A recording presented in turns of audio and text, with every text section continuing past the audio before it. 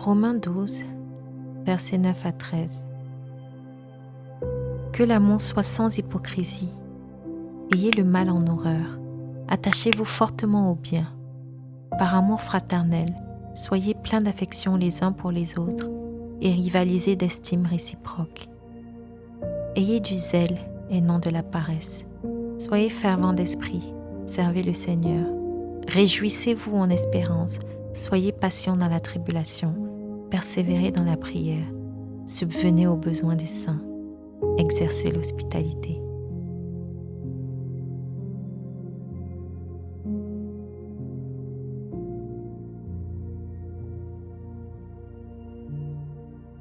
Romains 12, versets 14 à 16. Bénissez ceux qui vous persécutent. Bénissez et ne maudissez pas. Réjouissez-vous avec ceux qui se réjouissent. Pleurez avec ceux qui pleurent. Ayez les mêmes sentiments les uns envers les autres. N'aspirez pas à ce qui est élevé, mais laissez-vous attirer par ce qui est humble. Ne soyez pas sages à vos propres yeux.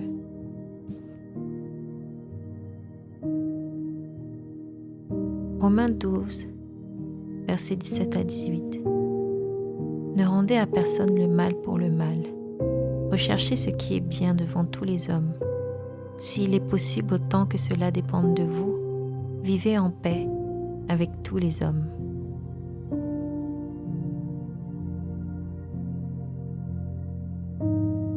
Romains 12, versets 19 à 21. Ne vous vengez point vous-même, bien-aimés, mais laissez agir la colère de Dieu. Car il est écrit, « À moi la vengeance, à moi la rétribution, dit le Seigneur. Si ton ennemi a faim, donne-lui à manger. S'il a soif, donne-lui à boire. Car en agissant ainsi, ce sont des charbons ardents que tu amasseras sur sa tête. Ne te laisse pas vaincre par le mal, mais surmonte le mal par le bien. » Hébreux 11, versets 1 à 3. Or, la foi est une ferme assurance des choses qu'on espère, une démonstration de celles qu'on ne voit pas.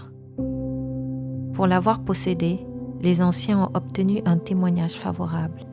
C'est par la foi que nous reconnaissons que le monde a été formé par la parole de Dieu, en sorte que ce qu'on voit n'a pas été fait de choses visibles.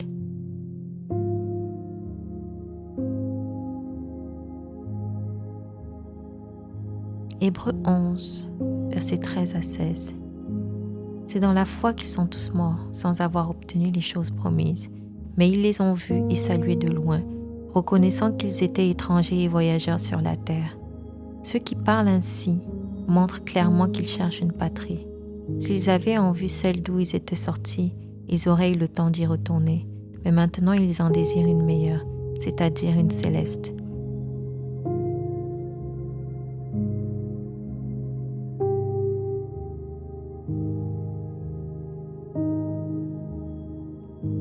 Hébreux 11, versets 24 à 28. C'est par la foi que Moïse, devenu grand, refusa d'être appelé fils de la fille de Pharaon, aimant mieux être maltraité avec le peuple de Dieu que d'avoir pour un temps la jouissance du péché, regardant l'approbe du Christ comme une richesse plus grande que les trésors de l'Égypte, car il avait les yeux fixés sur la rémunération. C'est par la foi qu'il quitta l'Égypte sans être effrayé de la colère du roi, car il se montra ferme comme voyant celui qui est invisible. C'est par la foi qu'il fit la Pâque et l'aspersion du sang, afin que l'exterminateur ne touchât pas au premier-né des Israélites.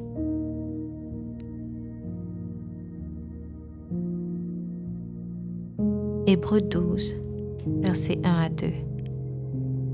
Nous donc aussi, puisque nous sommes environnés d'une si grande nuée de témoins, rejetons tout fardeau et le péché qui nous enveloppe si facilement, et courons avec persévérance dans la carrière qui nous est ouverte, ayant les regards sur Jésus, le chef et le consommateur de la foi, qui en vue de la joie qui lui était réservée, a souffert la croix, méprisé l'ignominie, et s'est assis à la droite du trône de Dieu.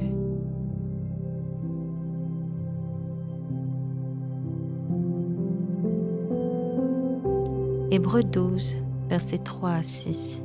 Considérez en effet celui qui a supporté contre sa personne une telle opposition de la part des pécheurs, afin que vous ne lassiez point l'âme découragée.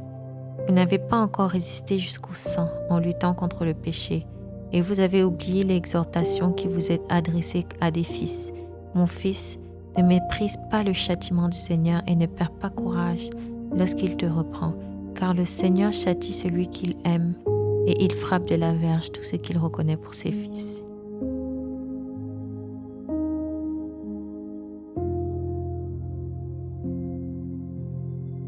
Hébreux 12, 11. Il est vrai que tout châtiment semble d'abord un sujet de tristesse et non de joie, mais il produit plus tard pour ceux qui ont été ainsi exercés un fruit paisible de justice.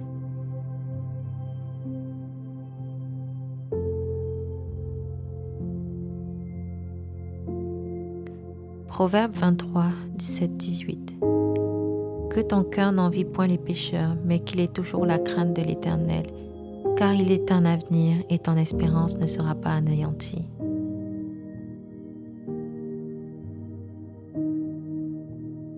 « 2 Timothée 3, versets 16 à 17.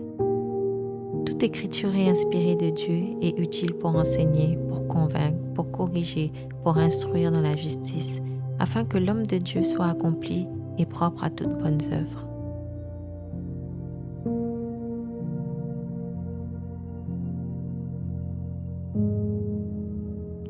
Hébreux 4, verset 12. Car la parole de Dieu est vivante, plus tranchante qu'aucune épée à deux tranchants, pénétrante jusqu'à partager âme et esprit, jointure et moelle. Elle juge les sentiments et les pensées du cœur.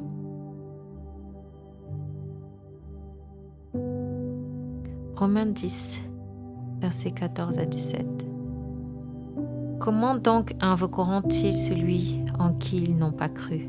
Et comment croiront-ils en celui dont ils n'ont pas entendu parler? Et comment entendront-ils parler s'il n'y a personne qui prêche? Et comment y aura-t-il des prédicateurs s'ils ne sont pas envoyés? Selon qu'il est écrit, qu'ils sont beaux les pieds de ceux qui annoncent la paix, de ceux qui annoncent les bonnes nouvelles. Mais tous n'ont pas obéi à la bonne nouvelle. Aussi Ésaïe dit, « Seigneur, qui a cru à notre prédication ?» Ainsi la foi vient de ce qu'on entend, et ce qu'on entend vient de la parole de Christ.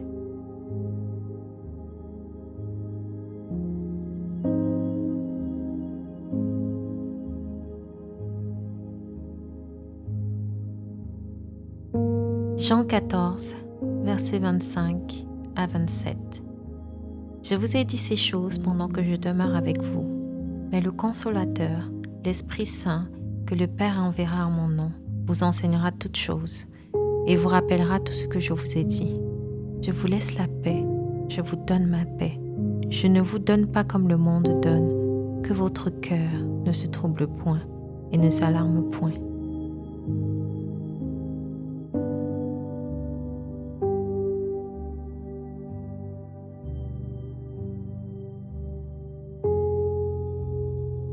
Ésaïe 30, verset 21. Tes oreilles entendront derrière toi la voix qui dira « Voici le chemin, marchez-y, quand vous irez à droite et quand vous irez à gauche. »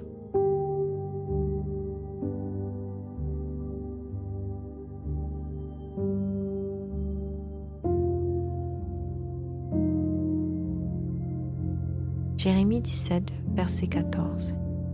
Guéris-moi, Éternel, et je serai guéri. Sauve-moi, et je serai sauvé, car tu es ma gloire. «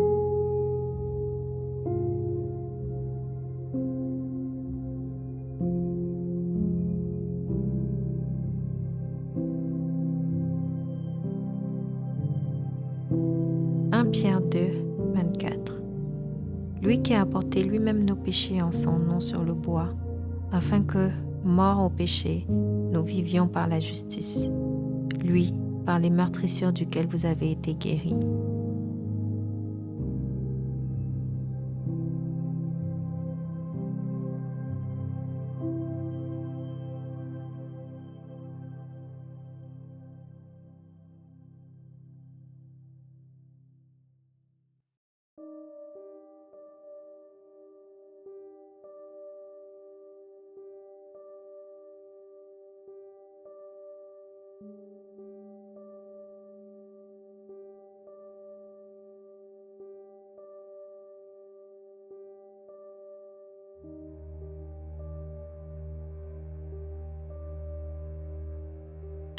Ésaïe 53, versets 4 à 6. Cependant, ce sont nos souffrances qu'il a portées, c'est de nos douleurs qu'il s'est chargé, et nous l'avons considéré comme puni, frappé de Dieu et humilié. Mais il était blessé pour nos péchés, brisé par nos iniquités. Le châtiment qui nous donne la paix est tombé sur lui, et c'est par ses meurtrissures que nous sommes guéris. Nous étions tous errants comme des brebis, chacun suivait sa propre voie, et l'Éternel a fait retomber sur lui l'iniquité de nous tous.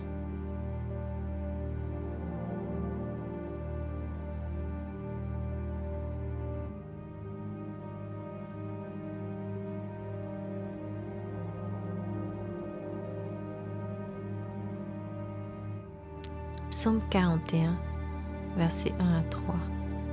Heureux celui qui s'intéresse aux pauvres.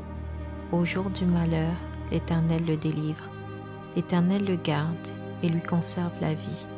Il est heureux sur la terre, et tu ne le livres pas au bon plaisir de ses ennemis. L'Éternel le soutient sur son lit de douleur. Tu le soulages dans toutes ses maladies.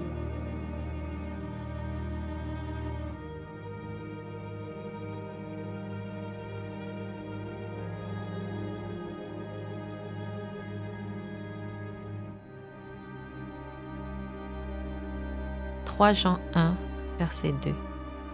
Bien-aimé, je souhaite que tu prospères à tous égards et sois en bonne santé comme prospère l'état de ton âme.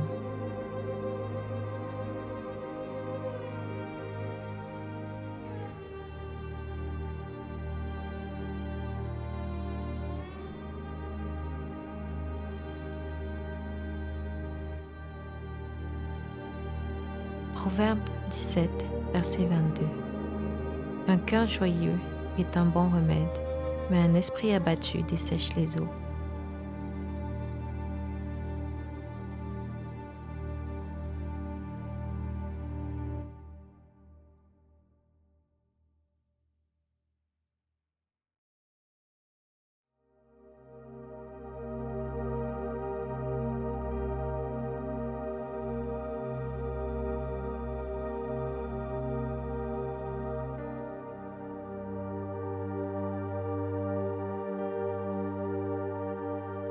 Jérémie 30, verset 17.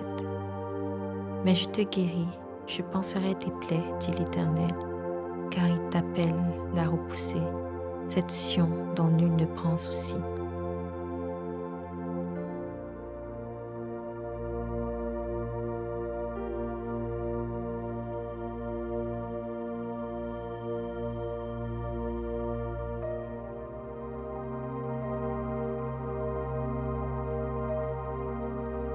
Matthieu 10, verset 1. Puis, ayant appelé ses 12 disciples, il leur donna le pouvoir de chasser les esprits impurs et de guérir toute maladie et toute infirmité.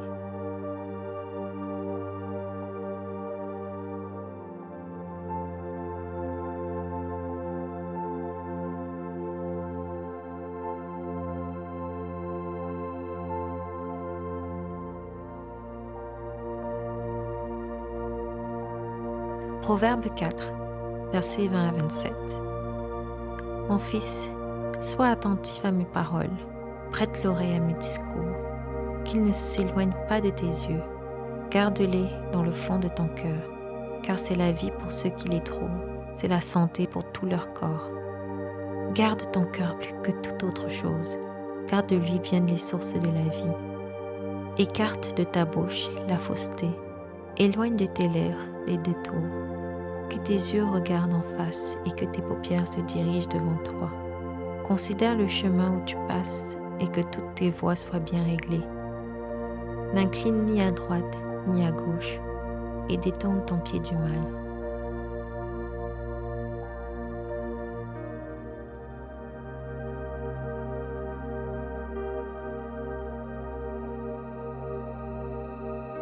Matthieu 10, verset 8. Guérissez les malades, ressuscitez les morts, purifiez les lépreux, chassez les démons. Vous avez reçu gratuitement, donnez gratuitement.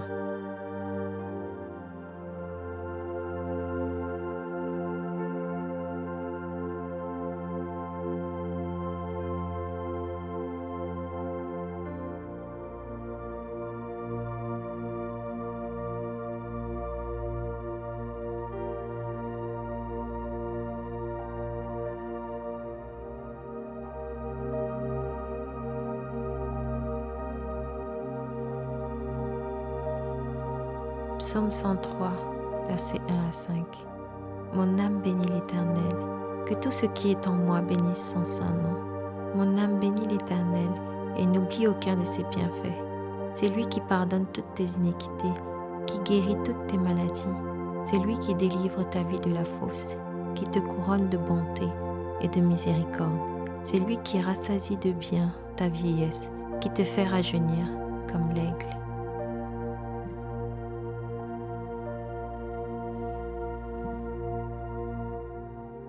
Psaume 107, versets 19 à 22. Dans leur détresse, ils crièrent à l'Éternel, et il les délivra de leur angoisse. Il envoya sa parole et les guérit. Il les fit échapper de la fosse, qu'ils louent l'Éternel pour sa bonté et pour ses merveilles en faveur des fils de l'homme, qu'ils offrent des sacrifices d'action de grâce et qu'ils publient ses œuvres avec des cris de joie.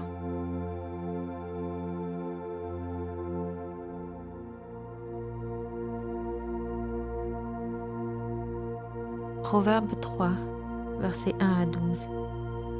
Mon fils, n'oublie pas mes enseignements et que ton cœur garde mes préceptes, car ils prolongeront les jours et les années de ta vie, et ils augmenteront ta paix.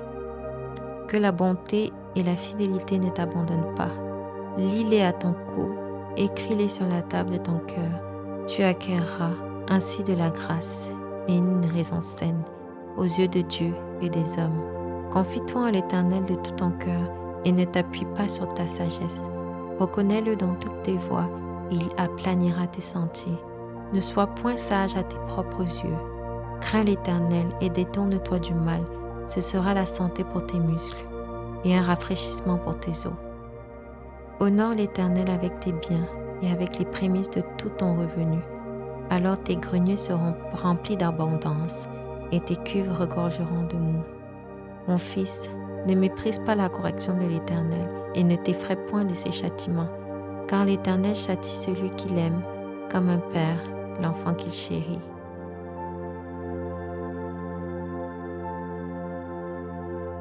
Acte 4, versets 29 à 31.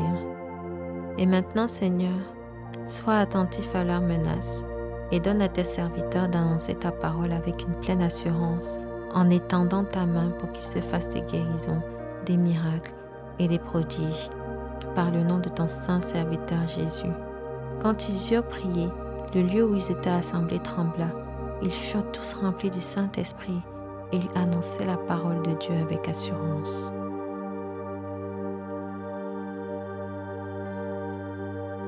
Acte 4, versets 32 à 35. La multitude de ceux qui avaient cru n'était qu'un cœur et qu'une âme. Nul ne disait que ses biens lui appartenaient en propre, mais tout était commun entre eux. Les apôtres rendaient avec beaucoup de force témoignage de la résurrection du Seigneur Jésus, et une grande grâce reposait sur eux tous, car il n'y avait parmi eux aucun indigent. Tous ceux qui possédaient des champs ou des maisons les vendaient, apportaient le prix de ce qu'ils avaient vendu et le déposaient aux pieds des apôtres, et l'on faisait des distributions à chacun selon qu'il en avait besoin. 1 Jean 1, versets 5 à 9. La nouvelle que nous avons apprise de lui et que nous vous annonçons, c'est que Dieu est lumière et qu'il n'y a point en lui de ténèbres. Si nous disons que nous sommes en communion avec lui et que nous marchions dans les ténèbres, nous mentons et nous ne pratiquons pas la vérité. Mais si nous marchons dans la lumière, comme il est lui-même dans la lumière, nous sommes mutuellement en communion et le sang de Jésus, son Fils, nous purifie de tout péché.